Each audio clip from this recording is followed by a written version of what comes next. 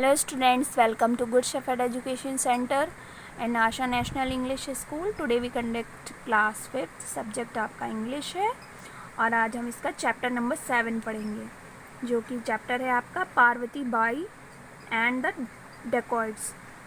जो चैप्टर है आपका आधारित है पार्वती बाई एक लेडी है एंड द डेकॉइट्स, यानी कि डेकॉइट्स का मतलब डकैत जो होते हैं, डाकू वगैरह, उन्हें बोला जाता है। तो ये स्टोरी है, एक समझ लीजिए गांव का एक लैंड था, वहाँ पे एक लंबे समय के बाद कुछ डकैत वहाँ पर घुस आए थे उस गांव के अंदर, और वो उस गांव को लूटना चाहते थे। वहाँ वो रॉबरी करने आए थे।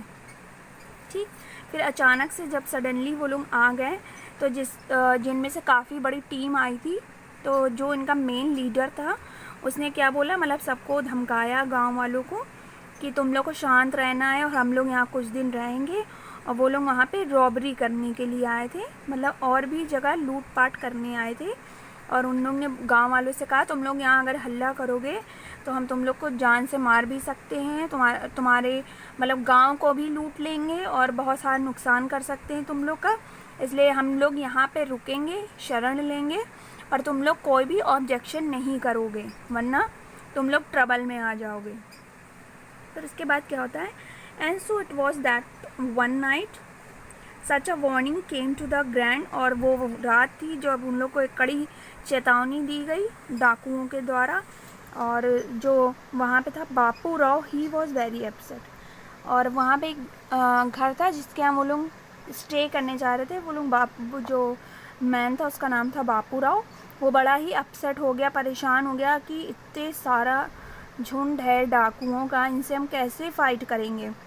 अगर हम लोग 20 आदमी भी तैयार हो गए फिर भी हम इनसे नहीं जीत पाएंगे, क्योंकि एक तो उन लोग के पास हथियार है, वो लोग डाकू हैं, उनके पास बहुत सारी स्ट्रेटजी है लड़ने की, हम लोग तो कुछ नहीं कर सकते हैं। और यहाँ हम लोग अगर शांत भी रहेंगे तो भी हम ही लोगों का लॉस है। वो आज नहीं तो कल अगर दूसरी जगह चोरी कर रहा है, कल को हमारा गांव भी लूट कर ले जाएगा। तो ये चिंता वाला विषय था और चिंता वाली बात थी कि आगे अब होगा क्या। सभी बैठ के इस बात पर डिस्कशन कर रहे थे सारे गांव वाले कि अब आगे देखो क्या होता है। हिज वाइज वाइफ, यानी कि जो उसकी बुद्धिमान पत्नी थी बापू राव की, पार्वती बाई, ठीक, उनका नाम क्या था, पार्वती बाई। उसने बताया कि देखो मेरे पास एक समस्या का हल है और मैं कुछ सोचती हूँ, लेकिन तुम लोग जो कर सकते हो, क्योंकि वो लोग बहुत ही ताकतवर लोग हैं, उनकी स्ट्रेंथ ज़्यादा है और वो कई सारे लोग हैं, हम लोग उनसे कैसे जीते, कैसे मुकाबला करें, इसके लिए हमारे पास कैसा हथियार होना चाहिए, मतलब विजडम, यानी कि बुद्धिमानी से हमें जीतना है, हमें उनसे लड़ के नहीं जीतना है। अगर हम लड़ेंगे तो हम खुद हार बैठेंगे, क्योंकि हम लोग के पास लड़ने के लिए कोई भी चीज़ है नहीं। तो तुम लोग, वो बोलती है, जो पार्वती होती है वो कहती है कि तुम लोग अपने प्लान्स तैयार करो, बनाओ, सोचो आगे क्या करना है। और मैं भी कुछ ना कुछ सोचती हूँ, लेकिन हमें जो भी करना होगा वो कैसे करना होगा, बुद्धिमानी के साथ करना होगा, अदरवाइज़ हम सब ट्रबल में आएंगे। Later that night, her husband and his friends set out to try and prevent the dacoits in succeeding with their plans. और उसने कहा कि हम लोग भी प्लान करेंगे, देखते हैं आगे मतलब क्या होता है, क्या करते हैं, हम लोग भी प्लान्स करेंगे, क्योंकि वो लोग भी स्ट्रेटजी बनाएंगे किसी न किसी तरीके से यहाँ पे गांव को लूटपाट करने की। तो अब आगे देखते क्या है। फिर लेकिन जो पार्वती बाई थी वहाँ पे मतलब ऑर्डर आया कि इतने लोगों को खाना बनेगा और खाना खिलाना है, वो जितने डकैत आए थे उन सबको खाना वगैरह खिलाना था। तो वहाँ पे ऑर्डर आया, तो जो पार्वती बाई थी उसने बड़ी ही बुद्धिमानी से काम किया, उसने बढ़िया बढ़िया अच्छा खाना बनाया, घर भी डेकोरेट किया, पूरे घर को बहुत सुंदर से सजाया, अच्छा खाना बनाया। और फिर सब मतलब आपस में, वहाँ गांव वाले भी थे तो सभी इकट्ठा होकर और भी बातें कर रहे थे कि देखो अब आगे क्या होगा।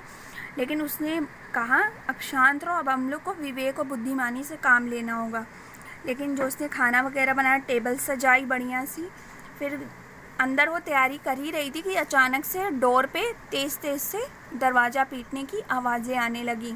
कि कोई दरवाजे पे आके सबकी धड़कनें बढ़ गई, सब डर से गए कि देखो कौन आया। फिर पार्वती जा कर के बड़े ही प्यार से, बड़े ही काइंडनेस के साथ, बहुत ही अच्छे भाव में जा कर के गेट खोलती है, डोर को खोलती है और उससे कहती है नमस्कार ब्रदर। अब उसको नमस्कार करती है और भाई को, उसको भाई बोलती है और कहती है ये सौभाग्य हमारा कि आप जैसे लोग एक अच्छी हस्ती हैं और आप हमारे घर में आए, तो ये हमारे लिए ऑनर की बात है। और वो उनको बड़े अच्छा वेलकम देती है और मेज़ और टेबल पे बैठा के अच्छे से उन्हें खाना वगैरह खिलाती है, पिलाती है और खूब बढ़िया वेलकम देती है उन्हें, जो कर सकती वो करती है।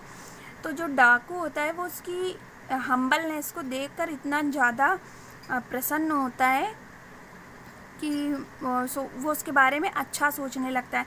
फिर जैसे ही वो लोगों का खाना ख़त्म होता है तो जो पार्वती होती है वो एक प्लेट में अपनी सारी ज्वेलरीज़ भर के ले आती है।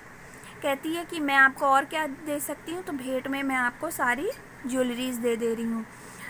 तो वो ये देखकर बहुत ही भाव विभोर हो जाता है और कहता है कि अरे नहीं, मैं ये कैसे ले सकता हूँ, क्योंकि आपने तो मुझे भाई बोला है और मैं यहाँ से कुछ भी नहीं ले जाऊँगा, कुछ भी नहीं, एक चीज़ भी नहीं ले जाऊँगा और मुझे कोई प्रॉब्लम नहीं। आप लोग तो बड़े अच्छे हैं, आपने बड़ा अच्छा वेलकम दिया, मेरे लिए इतना अच्छा इंतज़ाम किया, मुझे इतना अच्छा खाना खिलाया, अच्छे से घर में बैठाया, मेरे लिए इतनी तैयारियां की और आपने मेरे आगे अच्छे अच्छे चीज़ें परोसी। तो ये चीज़ें उसके दिल को टच कर गई और वो काफ़ी हम्बल हो गया और दया के भाव से भर गया।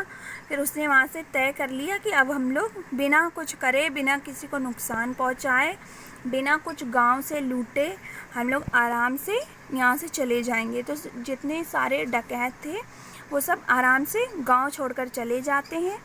और फिर लास्ट में क्या होता है, जो पार्वती बाई होती है उसकी जीत होती है। उसका जो हस्बैंड होता है वो उस पर बहुत ही प्राउड फील करता है कि उसकी पत्नी ने कैसे बुद्धिमानी के साथ इतने सारे डेंजरस डाकुओं को भगा दिया और दिमाग से, बुद्धिमानी से कार्य किया। तो ये आपका चैप्टर है, इसे आप अच्छे से रीड करिएगा, पढ़िएगा, ये आपका होमवर्क होगा। बाय।